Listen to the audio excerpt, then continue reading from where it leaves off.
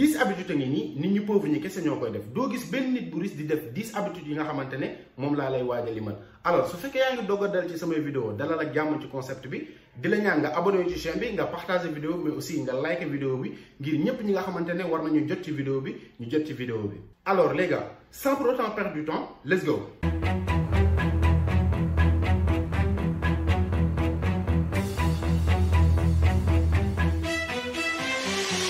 que ngeen comprendre tout d'abord que ni richesse état d'esprit la c'est-à-dire que nit ki balaa ngay nekk riche physiquement par exemple que tu aies de belles maisons de belles voitures de belles femmes il faudra que tu te changes mentalement c'est-à-dire sa mental dafay njëkk a changer ba pare mën a wax que ni tu vas être une personne riche alors que tu as la mentalité d'un pauvre. Avoir la mentalité d'un pauvre n'est rien d'autre que yow li nga doon def démb ak barki démb tu vas faire les mêmes choses aujourd'hui et tu aspires à ce que yow ci li nga nekk nii mu am changement. There is not possible, c'est impossible, loolu mënul nekk. Donc faaw ngeen changer seen état d'esprit tout simplement ba pare. Première habitude bi nga xamante ni pauvres yi dañ koy def te riches yi duñ ko def mooy que ni la peur d'être seul maanaam gis nga nit ki mënoo que ni yow tu veux changer ta vie alors que yow xamoo exactement yow ki nga doon. nit ki da nga war a xam ki nga doon te xam ki nga doon boobu noonu du man maa jóge fii ne la yow kii nga war a mën a doon du keneen ak keneen moo jóge fële ne la yow yaay kii yow yaay lii yow yaay lii non non yow yaay toog ci sa ruku nga ne yow man maay kan. te man maay kan boobu noonu pour nga répondre à ces questions il faudra que yow nga nekk yow kese tu te poses la question genre man qui je suis fan laa jógee fan laa jëm fi ma jëm nii nan ak nan laa fay àggee yan stratégie lay teg pour àgg fi nga xamante ne moom laa bëgg a dem te pour ma àgg fi nga xamante ne foofu laa bëgg a dem yan obstacle moom war a mën a fekk ci yoon bi te si obstacle yooyu noonu ñëwee yan stratégie ak yan méthode laa war a mën a teg pour éradiquer obstacle yooyu nga xamante ne moom may gàllankoor ci yoon bi nga xamante ne moom laa jublu. donc mënoo ne que ni tu veux changer ta vie alors que yow à ton intérieur yow ñemewoo nekk yow kese tu penses à toi-même nga xam yow exactement kan nga doon fan nga jëm. toutes ces questions là il faudra que tu te poses. bon d'ailleurs man à titre d'exemple man j'avais une copine à l'université bu ñu wàccaan d'habitude elle me disait souvent que ni bon moom elle a pas envie de rentrer chez elle quoi alors que man c'était tout différent man su ma wàccaan rek dama daan am envie wàcc dem ñibbi sama biir gaale dugg sama gaale tëj sama buntu néeg nekk sama biir néeg wàcce rideau wàcce lépp man ma nekk man kese avec mon ordinateur et mon téléphone portable alors que moom nee na moom bu ñibbee seen kër elle va être seule chez elle c'est-à-dire que moom kese mooy nekk seen biir kër papaam day xëy dem liggéeyi elle vit pas avec sa maman bon bi day xëy dem def les ménages et tout après elle rentre chez elle donc moom kese fay def elle n'a pas cette habitude elle n'a pas cette envie d'être seule maanaam loolu daf koy tiitloo amul fit boobu noonu donc comment se fait-il que yow tu veux changer exactement ta vie et tu as peur d'être seul loolu mënul nekk. Deuxième habitude bi nga xamante ne nit ñi pauvres ñi dañ koy def alors que les riches ne le font pas mooy le fait de remettre le bonheur au lendemain. On a tous cet ami par exemple ki nga xamante ne tout le temps daf ñuy wax genre su ma amoon lii su ma meloon nii sama papa bu meloon nii sama nijaay bu nekk kaw bu ma defaloon lii sama papa su ma financé woon ci projet bi sama su ma amoon ñaari tànk nii su ma meloon nii bon genre truc excuse yooyu noonu. On a tous ces amis yi nga xamante ne on a l'habitude de les entendre de dire ça c'est-à-dire que il ne faut pas remettre le bonheur au lendemain gis nga nit ki da ngay fier d'abord ci li nga nekk c'est-à-dire tu es né pauvre il faudra que tu te en fier c'est-à-dire da ngay fier ci li nga doon exactement ba pare pour que nga war a mën a changer c'est-à-dire ci yow li nga doon exactement loolu moo war a mën a nekk sa base loolu moo war a mën a nekk sa motivation loolu mooy tax que ni yow sa ëllëg di nga xam nan ak nan nga ko war a mën a defaree. dafa am benn grand philosophe qu'on appelle Confucius qui disait que le bonheur ne se trouve pas au sommet de la montagne mais dans la façon de le gravir c'est-à-dire que nit ki bonheur bu nga bëgg a am nekkul que da nga jóge ci point A rek dem ci point B non mais effort bi nga xamante ne moom nga def diggante sa point A vers un point B loolu mooy le bonheur exactement. loolu lu ma ci mën a conclure mooy que ni le bonheur c'est l'instant T c'est-à-dire moment bu ngay dund exactement le moment T bi nga xamante ne moom nga toll. donc pourquoi ngay remettre le bonheur au lendemain. what is the hell. deuxième habitude bi nga xamante ne les gens pauvres le font alors que les riches ne le font pas mooy le fait de remettre le bonheur au passé c'est-à-dire c'est tout au contraire li nga xamante ne moom laa doon wax sànq. ñun ñëpp am nañ tendance à entendre certaines personnes c'est-à-dire suñu ay xarit wala suñu ay grands frères ñuy wax genre ay démb nu mu meloon ay su ma mënoon dellu démb ay su démb kii woon ni ay tay bu meloon ni démb genre ces genres de questions yi nga xamante ne ça dafay pénaliser sa mental au fait daf lay affaiblir loo ça va te rendre paresseux. ñoom souvent ils ont l'habitude de dire que ni démb moo gën tey démb moo gënoon rafet que tey démb moo gënoon a perfectionnel que tey alors que c'est tellement quasi faux sax loolu kenn du ko def c'est c'est archi faux. C'est-à-dire que yo, mentalement ça va te rendre paresseux. Tu vas être une personne bi nga xamantene comme on a l'habitude de le dire en wolof le mot yaafus. C'est-à-dire da ngay nek nit ku nga xamantene une personne yaafus. Genre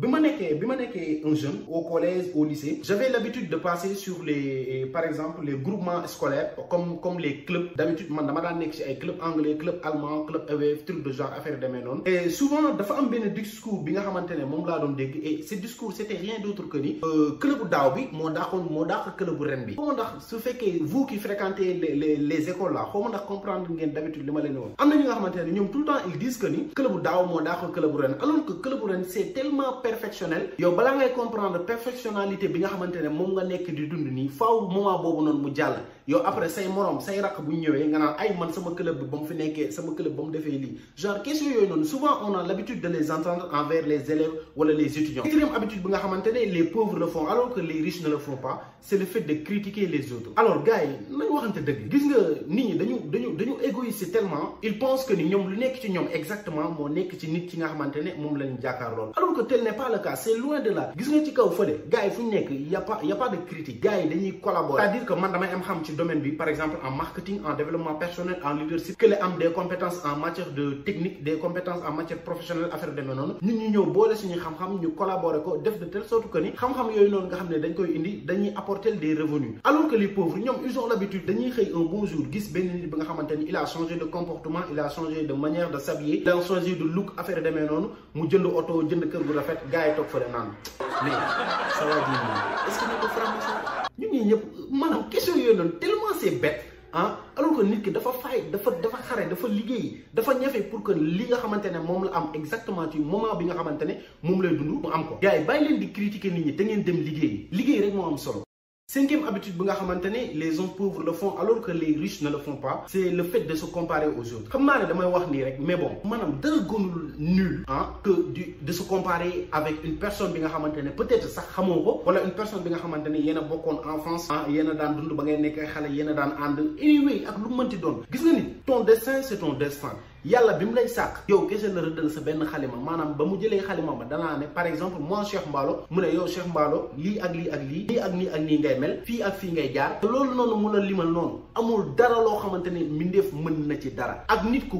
mënti doon ala kulli xaal mënu ci tus nit ki ak lu mu mënti doon ak ku mënti doon ak fu mu mënti toll ak nu mu mënti mel mënu ci tus loolu yàlla moo la ko bindal c'est ton destin c'est ton karma nit mënu ci dara donc pourquoi ngay yaafus loo sa bopp pourquoi yow ton fort intérieur nga koy pareseloo naan genre mag nit kii nii ñoo daan ànd bañ nekkee booy tey bon moo ngi dawal ay oto yu nice moo ngi dawal bon man ak moom mënatuñoo def affaire demee noonu mais pourquoi faire lan moo tax loolu kooku c'est son destin yàlla moo ko bindal loolu yàlla moo ne kii lii lay am nii lay mel fii lay jaar nii lay def donc yow tamit dafa laa bindal yoon bi nga xamante ne yoon boobu ngay jaar te tracé boobu noonu doo ko mës a wàcc donc boo ko wàccee rek dafa fekk ne dañ lay gasal kàmb te man lu ma gën a jaaxal ci affaire bi mooy sax maanaam les personnes quand ils se comparent maanaam ils se comparent pas aux gens yi nga xamante ne par exemple ñoom ñoo leen supérieur c'est-à-dire que man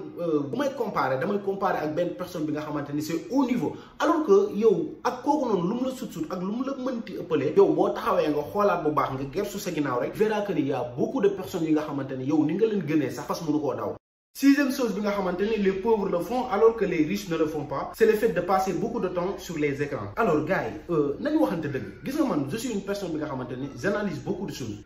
Par exemple séries yi nga xamante ne moo xew léegi au Sénégal par exemple les Wiri Wiri les Mœurs les Karma les familles sénégalaises les Yaay 2.0 affaire demee noonu. Vous avez pas constaté que ni maanaam y a beaucoup de publicité c'est-à-dire da ngay seetaan film bi ba ci biir wala sax même bu fekkee seetaanoo film ba mu jeex dañ lay tegal benn bannière publicitaire bi nga xamante ne moo nekk ci suuf maanaam di la woon ay produits yi nga xamante ne yow après yow miy seetaan film boobu noonu tu vas aller acheter ces produits là yow nga yaakaar ne ki nga xamante ne moom moo joxee pour ñu defal ko publicité boobu noonu moom ba mu ci tollee fan la nekkoon est-ce que dafa toogoon di nekk di seetaan ay Wiri Wiri ay Karma ay famille sénégalaise ay Mœurs affaire yi demee noonu non moom ba mu ci tolloo daf ci nekk di liggéey dafa faytoon dafa liggéey pour am li nga xamante ne moom la am tey exactement mais aussi le fait de passer beaucoup de temps sur son téléphone portable, comme par exemple les Facebook, Instagram, les TikTok, affaires de non. Man, damay tok des fois, damay analyser, je me dis que ni, mais pourquoi ñi nga xamantene ñom ñoo nek ci réseaux sociaux, ils nous montrent que leur bon côté des choses. C'est-à-dire que damay dugg Instagram, gis des personnes yi nga xamantene genre bon, dama leen xam, mais dañuy dem ci ay appartement, ay resto, bon di filmer affaire yi nice, ñu poster ko gaay du commentaire nice, cool, sanse bi nice na, appart bi nice na, wala affaire de non. Alors que tel n'est même pas le cas. Kooku non nek na ben nit bu nga xamantene peut-être ça, bu añee du reer bu reeree du ndekki affaire demee noonu affaire day métti. Les gens aiment tout le temps montrer les bons côtés des choses alors que tel n'est pas le cas. Loolu di vie loolu nekkul dund. Donc ça revient à dire sur le 5e point bi nga xamante ne moom lañ doon wax sànq mooy le fait de se comparer aux autres. D'ailleurs man je le dis à mon entourage, c'est-à-dire ñi ma jege dama leen wax que ni le fait de passer beaucoup de temps sur son téléphone portable wala sur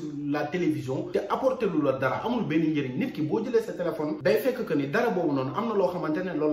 la lay apporter. Par exemple nga def dara mu apporter la des compétences wala nga def dara mu apporter la des revenus waaye nga def benn dara bu nga xamante ne ci zéro la scroller en vidéo sur vidéo photo sur photo di commentaire di like après au final fin de journée nga sonal sa bopp sonal sa esprit sonal sa yaram te amoo ci dara quoi. En fait c'est tellement mal dafa metti quoi. Man su ma gisee genre des jeunes yi nga xamante ne dañu toll ci seen bas âge war a liggéey war a def li nga xamante ne moom moo war a mën a defar seen ëllëg ñu jël seen ëllëg boobu noonu seen temps bi nga xamante ne moom lañu am ñu koy consacrer sur des réseaux sociaux, sur des TikTok, sur des Facebook, sur des Instagram. Anyway, 7e habitude que les gens pauvres le font alors que les riches ne le font pas, c'est le fait de s'auto-critiquer constamment. C'est-à-dire, fini, waxuma la se critiquer, mais s'auto-critiquer constamment aussi. Nga koy def tout le temps. Li ma mënul concevoir ci nit mooy naka nga war a mën a toogee yow ci sa jëmu bopp ngay ñaawal sa bopp di wax lu bon sa bopp di def lu bon sa bopp di jël ay informations yu bon di ko dugal sa biir cerveau bi sa biir après nga nekk benn nit bu nga xamante ne nit bu yaafus la comme ni ma ko doon waxee tout à l'heure. Donc loolu noonu pour nga mën ko héréditer il faudra que nga revenir ci première habitude bi nga xamante ne moom lañ doon wax sànq mooy le fait de ne pas avoir peur d'être seul. Maanaam su fekkee ragaloo nekk yow kese rek ngay toog yow kese di xalaat ci sa jëmm di xalaat ci sa bopp di xalaat ci yow yaay kan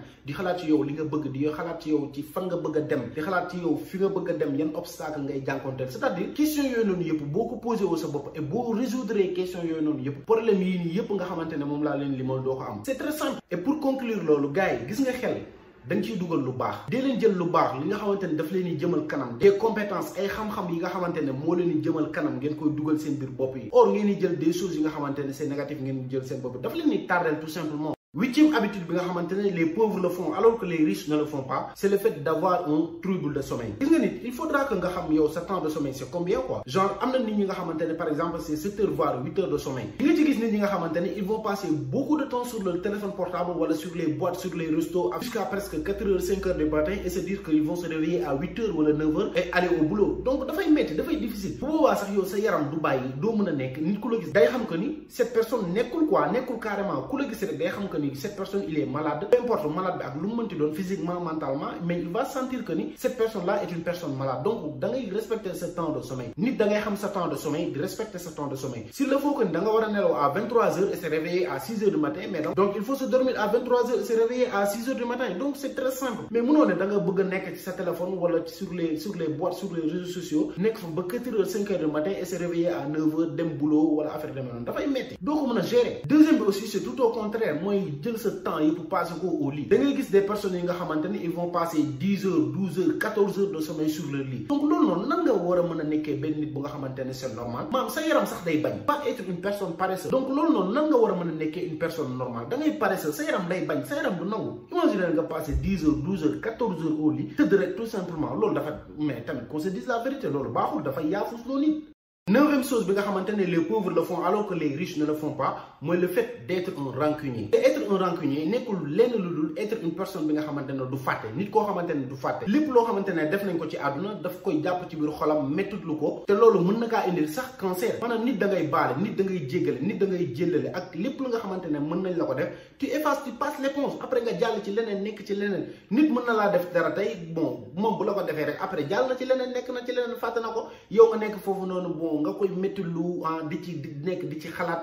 di ci passer beaucoup de temps di jeexloo sa bopp ku la gis yërëm la ku la gis yéene la sarax affaire demee noonu. Donc il faut pas être ces genres de personnes là nit da ngay jéggale nit da ngay jëllale Dixième et dernière habitude bi nga xamantene les pauvres le font alors que les riches ne le font pas, c'est le fait de ne pas sourire. Mais gars, est-ce que xam ngeen le fait de sourire à une personne lan la war a mën a apporter ci journée nit kooku noonu, mais aussi lan la war a mën a apporter yow ci sa journée. Je pense sourire bi nii dernier point bi nii dinaa ci def benn vidéo intégrale boo xamantene on va parler tout simplement de sourire, c'est-à-dire que les bienfaits du sourire dans votre entreprise, dans votre société, dans votre entourage, dans votre milieu social. Gis nga nit da nga war di ree di reetaan di signe nit ñi di won nit ñi say bët di leen ubbil sa kanam, ça montre beaucoup de choses et ça va t'apporter beaucoup de choses. Dinaa ci def benn vidéo bu nga xamante ne on va parler tout simplement les bienfaits de sourire. ñoo ngi ci njeexantalu vidéo bi et y a un certain moment bi nga xamante ne wax ji xawoon naa dëgër tuuti, mais bon su fekkee ci point yi ma leen limal ni c'est-à-dire ces 10 habitudes yi nii nga xamante ne moom laa leen limal am nga ci benn wala ñaar, d'ailleurs man am naa ci 5 je pense 6 yi nga xamante ne war naa ci xoolaat sama bopp, donc mën nga ñu ko laisser en commentaire ñu waxtaanee ko inshallah. Alors n'oubliez pas de vous abonner, de partager, mais aussi de liker les vidéos pour ñëpp ñi nga xamante ne war nañoo jot ci vidéo bi ñu jot ko ci, mais aussi ñu gën a élargir suñu communauté. Dinañ revenir à la semaine prochaine inshallah gars yi. Merci beaucoup.